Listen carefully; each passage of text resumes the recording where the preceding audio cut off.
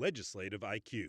Increase your legislative intelligence with Florida's policy, budget, and campaign monitoring service. Subscribe today at legislativeiq.com.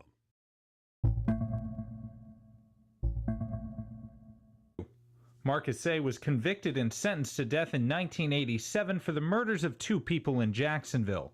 The verdict was handed out after a jury voted 9-3 in favor of death. Years after Seay's conviction, Florida's death penalty was ruled unconstitutional by the United States Supreme Court for allowing judges the final say in whether a person would receive capital punishment. Lawmakers then approved a 10-2 jury requirement, which was then overturned by the Florida Supreme Court. The court ruled a unanimous jury would be required.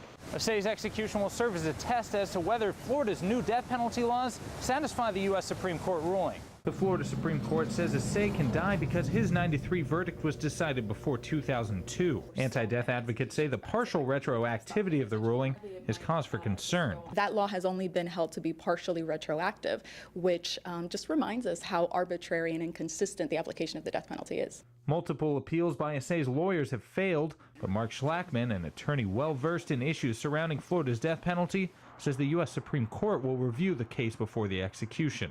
The extent to which the U.S. Supreme Court decides to weigh in remains to be seen, but I would not say that it's highly likely that it will, but it's possible.